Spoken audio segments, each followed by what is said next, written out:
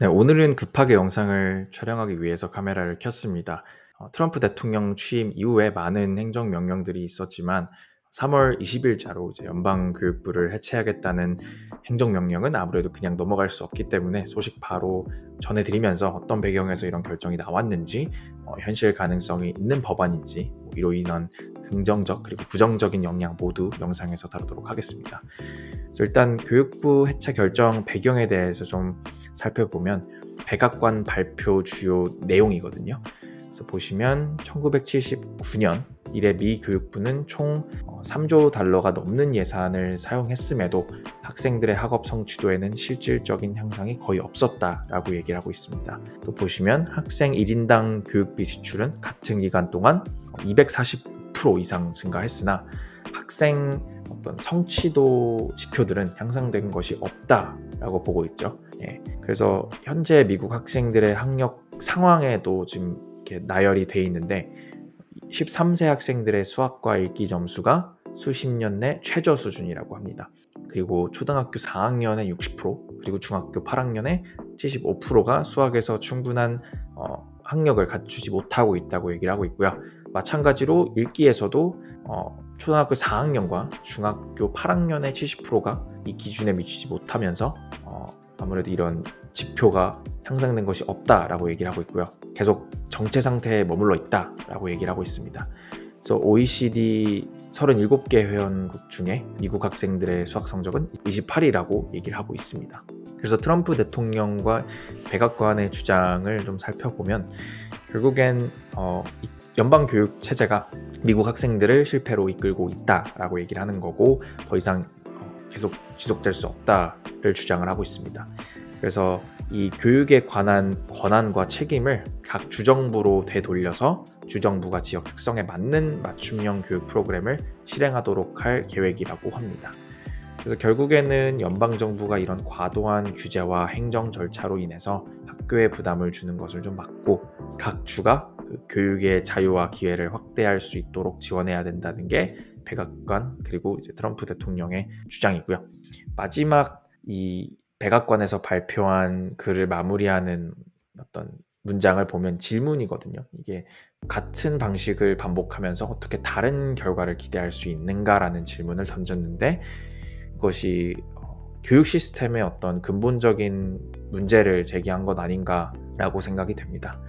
그래서 더 중요한 건 법안의 현실 가능성을 좀 따져봐야 되는데 행정명령 자체는 사실 의회의 승인이 필요하지 않는 것으로 제가 알고 있습니다. 그래서 대통령이 내리는 권한이기 때문에 어떤 그 대통령이 내리는 행정명령이 연방정부 부서를 완전히 폐지하거나 근본적으로 구조를 바꾸는 것은 어떤 추가적인 법적 근거가 필요하다고 알고 있습니다. 그래서 이런 경우에는 의회의 입법 승인이 반드시 필요한데 반드시 하원과 상원의 승인이 필요하다는 거죠. 그 절차를 거쳐야 되는데 지금 현재 하원과 상원의 그 의석수라고 보시면 돼요. 그래서 하원 같은 경우를 먼저 보면 전체 435석에서 218석 이상의 찬성을 얻어야 하는데 현재 공화당이 218석을 차지하고 있고요. 이탈표가 있지 않는 한 불가능해 보이진 않습니다. 반면에 상원을 보면 전체 100석 중 60석 이상의 찬성이 필요하고요. 현재 공화당이 53석을 차지하고 있어서 모든 공화당 의원이 찬성하더라도 최소 7명의 민주당 의원이 추가로 찬성을 해야 합니다. 따라서 통과 가능성을 좀 따져보자면 아무래도 민주당 의원 중에서 교육부 폐지를 지지하는 의원은 거의 없을 거라고 보고 있습니다. 그래서 상원에서 법안이 통과될 가능성은 좀 낮다고 볼 수 있고요.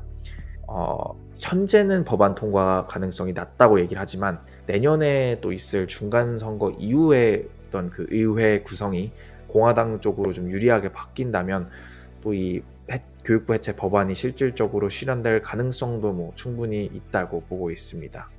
자, 그래서 통과되면 이렇게 좀 크게 세 가지로 어떤 변화가 있을 것이다 라고 기재해 놨는데 결국 첫 번째는 교육 예산 배분 변화라고 보시면 돼요. 그래서 연방 정부에서 주 정부로 권한이 넘어감에 따라서 그 주의 재정 여력에 따라서 학교 예산의 편차가 좀 더 커질 것으로 예상하고 있고요. 두 번째는 대학 진학 시 장학금 및 학자금 대출 관리 변화입니다. 결국 이걸 관리하는 부서가 교육부가 아니라 다른 부서로 이게 옮겨질 수 있다라는 얘기고요. 세 번째는 특수교육 및 장애 학생 지원 방식이 원래는 사실 이 프로그램이 유지가 될 것 같으나 각 주의 재정과 정책에 따라서 지원 수준의 변화가 있을 수 있다라고 보시면 되고요.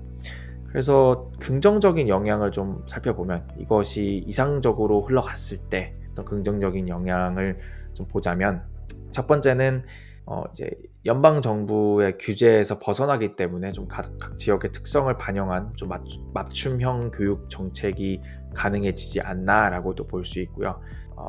이것은 학군이 좀 우수한 지역들에게는 긍정적인 영향이라고 볼 수 있어요. 결국 그런 학군들은 좀 독자적이고 혁신적인 프로그램 도입이 좀 더 쉬워지기 때문에 어떤 학생들의 잠재력을 좀 더 키울 수 있다라고도 볼 수 있고요.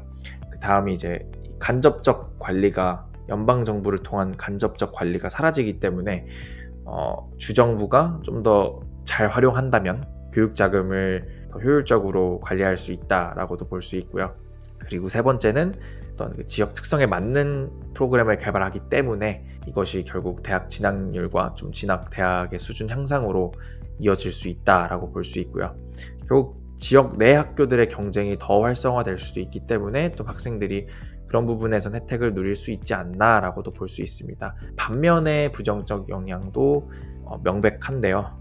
결국엔 연방정부의 지원 축소가 지역별 세금 인상으로 이어질 수도 있고요. 그 다음에 사교육 시장에도 아무래도 자금이 더 흘러갈 수밖에 없는 흐름이지 않나라고도 생각을 할 수 있습니다. 그리고 결국 아까 말씀드렸던 어떤 우수한 학군과 그렇지 못한 학군, 열악한 학군 간의 어떤 교육적 격차가 좀 더 벌어질 수 있어서 이 빈부격차, 기회격차 이런 것들을 확대시키고 사회적 갈등을 심화할 가능성도 존재한다라고 볼 수 있습니다. 그리고 결국엔 이 학부모님들과 학생들의 어떤 그 정신적이고 심리적 부담감이 커질 수밖에 없다라는 것도 이제 부정적인 거겠죠. 그래서 결론을 좀 짓자면 이런 그 트럼프 대통령의 연방교육부 해체 결정으로 인해서 각 주와 지역의 어떤 재정 상태 그리고 정치적 성향에 따라서 교육 환경의 편차는 좀 더 심화될 것으로 전망이 되고요. 통과한다면 결국 이런 편차가 학생들의 어떤 학력 수준, 대학 진학률, 취업 경쟁력의 차이를 더 극명하게 만들 가능성이 있지 않나라고 생각이 됩니다. 또 덧붙여서 최근 텍사스에선 100여 개 학군에서 주 4일제를 또 실행하고 있어서 논란이 되고 있는데, 이런 비슷한 정책들이 결국 연방정부의 규제가 완화된다면 좀 더 쉽게 펼쳐질 수 있다고도 볼 수 있고요. 이런 변화에 대비를 해야 된다라고 봤을 때 사실 가정마다 다를 수 있겠지만 저희가 항상 말씀드리는 부분은 자녀의 교육을 너무 공교육에만 의지하지 않는 것이 좀 중요할 것 같습니다. 이게 학원을 보내라, 과외를 시켜라가 아니라 가정 형편과 좀 상관없는 독서 그리고 시사, 이 두 가지만이라도 꼭 잡고 갈 수 있도록 자녀들을 교육시키는 것이야말로 학생들이 이런 시스템에 휘둘리는 것이 아닌 본인만의 길을 개척해 나갈 수 있는 힘을 길러주는 것이라고 믿는다는 말을 마지막으로 오늘 영상은 여기서 마치도록 하겠습니다.